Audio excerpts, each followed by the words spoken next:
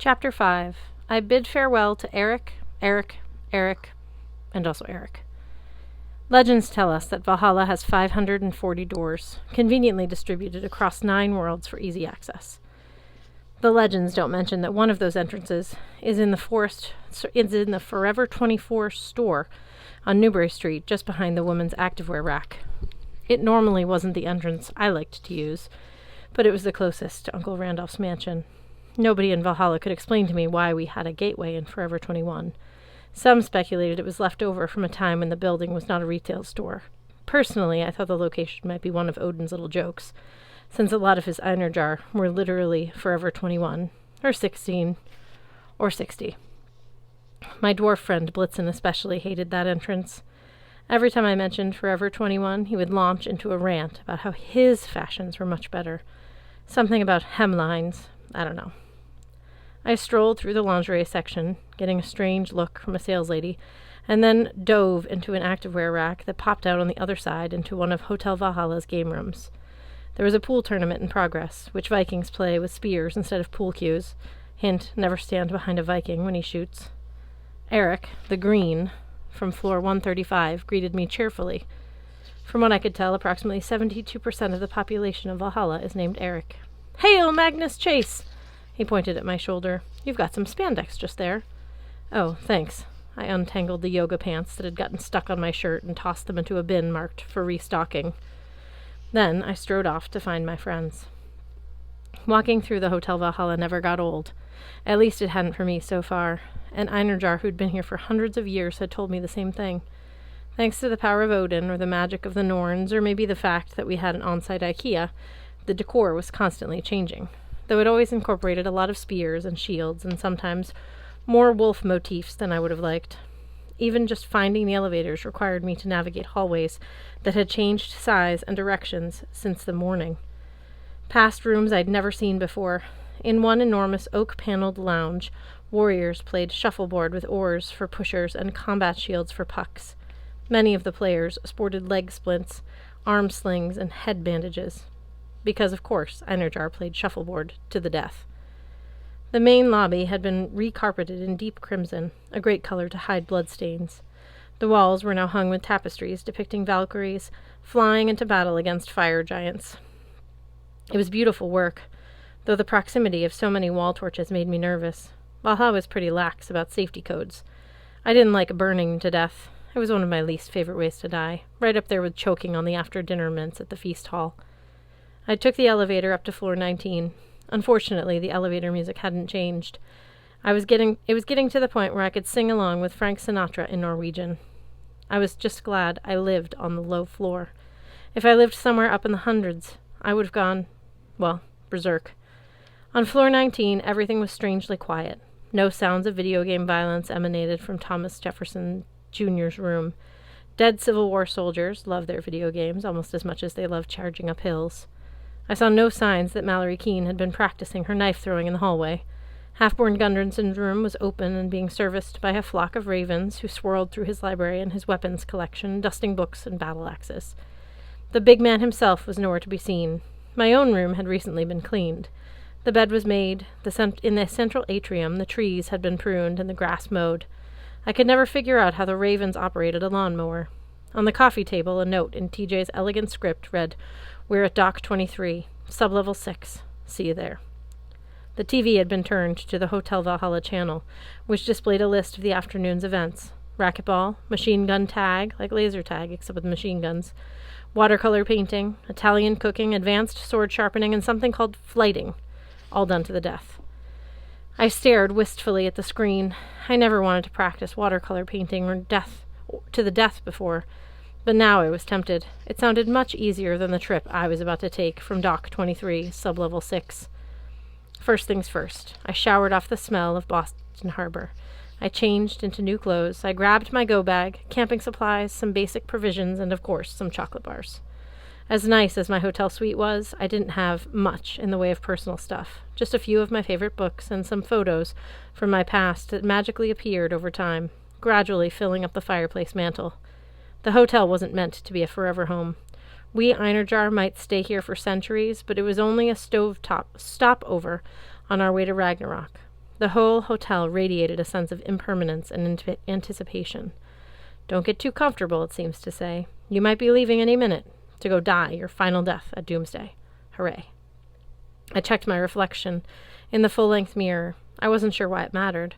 I'd never cared much about appearances during the 2 years I'd lived on the streets, but lately Alex Fierro had been teasing me mercilessly, which made me more conscious of how I looked. Besides, if you don't check yourself from time to time in Valhalla, you could be walking around for hours with raven poop on your shoulder, or an arrow in your butt, or a pair of yoga pants wrapped around your neck. Hiking boots, check. New pair of jeans, check. Green Hotel Valhalla t-shirt, check. Down jacket, appropriate for cold weather expeditions or falling off masts, check. Runestone pendant that could turn into a heartbroken magical sword, check. After living in the streets, I wasn't used to my face looking so clean. I definitely wasn't used to my new haircut, which Blitz had first given me during our expedition into Jotunheim. Since then, every time it started to grow out, Alex hacked it off again, leaving my bangs just long enough to fall into my eyes and the back chopped to a collar level. I was used to my hair being much wilder and more wiry, but Alex took much glee in murdering my blonde locks. It was impossible to tell Alex no. "It's perfect," Alex said. "Now at least you look like you're groomed, but your face is still obscured." I slipped Randolph's notebook into my pack, along with one last item I'd been trying hard not to think about, a certain silk handkerchief I'd gotten from my father. I sighed at the Magnus in the mirror.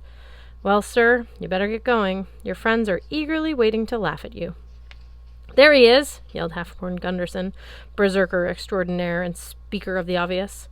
He barreled toward me like a friendly Mack truck. His hair was even wilder than mine used to be.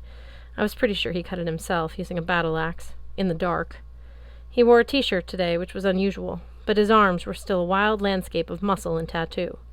Strapped across his back was his battle axe, named Battle Axe, and holstered up and down his leather breeches were 6 knives.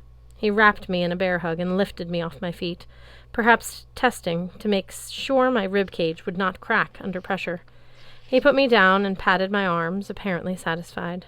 "You ready for a quest?" he bellowed. "I'm ready for a quest." From the edge of the canal, where she was coiling ropes, Mallory Keene called, "Oh, shut up, you oaf! I still think we should use you as a rudder." Halfborn's face mottled red, and he kept his eyes on me. "I'm trying not to kill her, Magnus. I really am, but it is so hard. I better keep busy or I'm going to do something I'll regret." "You have the handkerchief?" Yes, but good man. Time's a-wasted." He tromped back to the dockside and began sorting his supplies, huge canvas duffels, no doubt full of food, weapons, and lots of spare leather breeches. I scanned the length of the cavern. Along the left side wall, a river rushed through the canal, emerging from a train-sized tunnel on one end and disappearing into an identical tunnel on the other. The barreled ceiling was polished wood, amplifying the water's roar and making me feel like we were standing inside an old-fashioned root-beer keg. Supplies and baggage lined the dock, just waiting for a ship to be put on. On the far end of the room, Thomas Jefferson Jr. stood deep in conversation with the hotel manager, Helgi, and his assistant, Hunding, all three of them looking over some paperwork on a clipboard. Since I had an aversion to paperwork, and also to Helgi, I walked over to Mallory, who was now stuffing iron grappling hooks in a burlap sack. She was dressed in black furs and black denim, her red hair pulled back into a severe bun. In the torchlight, her freckles glowed orange. As usual, she wore her trusty pair of knives at her side. "Everything good?" I asked, because clearly it wasn't. She scowled. "Don't you start too, mister." She called me a Gaelic term I didn't recognize, but I was fairly sure it didn't mean dearest friend. "We've been waiting on you, and the boat." "Where are Blitzen and Hearthstone?" It had been several weeks since I'd seen my dwarf and elf buddies, and I'd been looking forward to sailing with us. I'd been looking forward to them sailing with us. One of the few things I was looking forward to. Mallory grunted impatiently. "We're picking them up on the way." That could have meant we were stopping by a different part of Boston or stopping by a different world, but Mallory didn't look like she was in the mood to elaborate. She scanned the space behind me and scowled. "What about Alex and Simra?" "Alex said they'd meet us later." "Well then," Mallory made a shooting gesture, "go sign us out." "Sign us out?" "Yeah." She drawled the word to indicate just how slow she thought I was. "With Helgi, the manager." "Off you go." Since she was still holding a fistful of grappling hooks, I did what she told me. TJ had his foot planted on a supply box, his rifle across his back, the brass buttons gleaming into his Union Army coat. He tipped his infantry cap at me in greeting. Just in time, my friend. Helgi and Hunding exchanged nervous looks, the way they did whenever Odin announced one of his motivational staff retreats. Magnus Chase, Helgi said, tugging at his roadkill beard. He was dressed in his usual dark green pinstripe suit, which he probably thought made him look like a service industry professional, but it only made him look like a Viking in a pinstripe suit. We were beginning to worry. The high tide will be here any minute. I looked at the water raging down the canal. I knew that several subterranean rivers wove their way through Valhalla, but I didn't understand how they could be subject to tides. I also didn't see how the water level here could get any higher without flooding the entire room. Then again, I was having a conversation with 2 dead Vikings and a Civil War soldier, so I decided to give logic a rest. Sorry, I said. I waved vaguely, trying to indicate reading mysterious journals, killing wolves, breaking my leg at Boston Harbor. TJ practically vibrated with excitement. You got the boat? I can't wait to see it. Yeah. I started rummaging through my knapsack, but the handkerchief seemed to have fallen to the bottom. Hunding wrung his hands. His bellhop uniform was buttoned wrong, like he rushed to get dressed this morning. You didn't lose it, did you? Oh, I warned you about leaving unattended magic items in your room. I told you about I told the cleaning ravens not to touch it. It's a warship, I said, not a napkin. But they kept wanting to launder it with the linens. If it's missing, then you'll be held responsible, Helgi snarked at the bellhop. Floor 19 is your service area. Hunding winced. He and Helgi had a feud that went back several centuries. The manager welcomed any excuse to make Hunding work extra shifts, shoveling garbage into incinerators or hosing out the lindworm warrens. Relax. I pulled out the piece of cloth. See? Here it is. And Hunding, this is for you. I handed him one of my chocolate bars. Thanks for keeping an eye on my room while I was gone. The bellhop's eyes turned misty. Kid, you're the best. You can leave unattended magic items in your room anytime. Helgi scowled. Well then, Magnus Chase, I need you to sign out. He thrust a clipboard at me. Read carefully and initial at the bottom of each page. I flipped through a dozen pages of dense contract language. I skimmed over phrases like, in the event of death by squirrel attack, and the proprietor shall be held liable for off-site dismemberment. No wonder my friends preferred to leave the hotel without permission. The release forms were brutal. TJ cleared his throat. So, Magnus, maybe while you're doing that, I could set up the boat, can I? I'm ready to get this regiment underway. I could tell. He was loaded down with enough ammunition, pouches, haversacks, and canteens for a 13-day march. His eyes gleamed as brightly as his bayonet. Since TJ was usually the voice of reason on floor 19, I was glad to have him along, even if it did get a little too excited in the full frontal charges of enemy positions. Yeah, I said, sure, man. Yay! He plucked the handkerchief out of my hand and hustled toward the dock. I signed the release forms, trying not to get hung on the clauses about arbitration in case we get incinerated in the fires of Muspelheim or pulverized by frost giants. I handed the clipboard back to Helgi. The manager frowned. You sure you read everything? Yeah, I'm a fast reader. Helgi gripped my shoulder. Then good luck, Magnus Chase, son of Frey. And remember, you must stop Loki's ship, Naglfar, from sailing at midsummer. I know. Or Ragnarok begins. Right. Which means our renovations to the banquet hall won't ever be complete, and we'll never get high-speed internet restored on floor 242. I nodded grimly. I did not need the extra pressure of being responsible for an entire floor's internet connection. We'll succeed. Don't worry. Helgi tugged at his beard. But if you do start Ragnarok, could you please get back here as soon as possible, or send us a text? Okay, text? As far as I knew, the hotel staff just used ravens. They didn't know how to use mobile devices. None of them even had numbers. But that didn't stop them from talking a good game. We'll need to get everyone started at their checkout surveys before we march off to Doomsday. Helgi explained, to expedite their deaths. If you can't make it back, you can also fill out the survey online. And if you wouldn't mind marking excellent whenever it mentions the manager, I'd appreciate it. Odin does read those. But if we're all going to die anyway... Good man! He patted me on the shoulder. Well, have a safe and successful journey.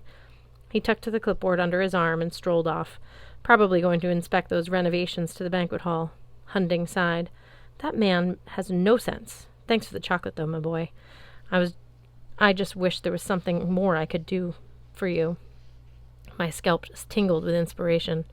During my time at the hotel, Hunding had become my best source of information. He knew where all the bodies were buried, literally. He knew all the secret room service menu items and how you could get from the lobby to the observation deck above the grove of glacier without having to pass through a gauntlet of gift shops. He was a walking Vikingpedia. I pulled out Randolph's journal and showed him the last page. Any idea what this word means? I pointed to mew. Hunding laughed. It says mead, of course. So it has nothing to do with cows. Pardon? Never mind. What about this name here, Bulwark? Hunding flinched so violently he dropped his chocolate bar. Bulwark? No. What is this book, anyway? Why would you possibly... Ugh! Halfborn yelled from dockside. Magnus, we need you over here now.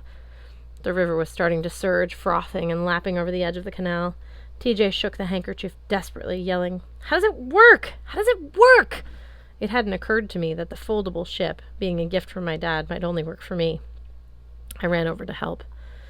Mallory and Halfborn were scrambling to gather their supplies. We've got a minute at most before the high tide comes flooding through here, yelled Halfborn. Ship, Magnus, now! I took the handkerchief and tried to steady my shaking hands. I practiced this ship unfolding trick a couple of times on calmer water, once by myself and once with Alex, but I could still hardly believe it would work. I definitely wasn't looking forward to the results. I flicked the handkerchief toward the water. As soon as the cloth hit the surface, the corners unfolded and unfolded and kept unfolding. It was like watching a building of a Lego model in speed-up stop-motion video. In the space of 2 breaths, a Viking longship lay anchor in the canal, the turbulent water coursing around its stern. But of course nobody complimented me on this beautifully trimmed hull or elaborate Viking shields lining the rails or the 5 rows of oars ready for service. No one noted how the mainmast was hinged and folded over so it could pass through a low tunnel without breaking apart. No one gasped at the beauty of the carved dragon figurehead or praised the fact the ship was so much larger and more spacious than your typical longship, even boasting a covered area below decks so we wouldn't have to sleep in the rain and snow. Mallory Keene's first comment was, Can we talk about the color? TJ frowned. Why is it? I don't know, I wailed. I don't know why it's yellow. My father, Frey, had sent me a boat weeks ago, promising it was the perfect vessel to use on our voyage. It would get us to where we needed to go. It would protect us the most treacherous seas. My friends had been excited. They had trusted me, even when I refused to give them a preview of our magical ship. But why, oh why, had my father made the boat the color of I can't believe it's not butter? Everything about it was neon, eye-melting yellow. The ropes, the shields, the hull, the sail, the rudder, even the dragon figurehead. For all I knew, the bottom of the keel was yellow too, and we'd blind every fish we sailed past. Well, it doesn't matter now, Halfborn said, scowling at me like it mattered very much. Load up. Hurry. A roar echoed from the upstream tunnel like an approaching freight train. The ship banged against the dock. Halfborn tossed our supplies on deck as TJ hauled up the anchor, while Mallory and I held the mooring lines fast with our energy strength. Just as Halfborn threw his last sacks, a wall of water burst out of the tunnel behind us. Let's go, yelled TJ. We jumped aboard as the wave slammed into our stern, propelling us forward like a kick of 70-million-gallon mule. I glanced back at the dock one last time. Hunding the bellhop stood knee-deep in water, clutching his chocolate bar, staring at me as we rocketed into the darkness. His face bleached with shock, as if after all these centuries of dealing with the dead in Valhalla, he'd finally, actually, seen a ghost.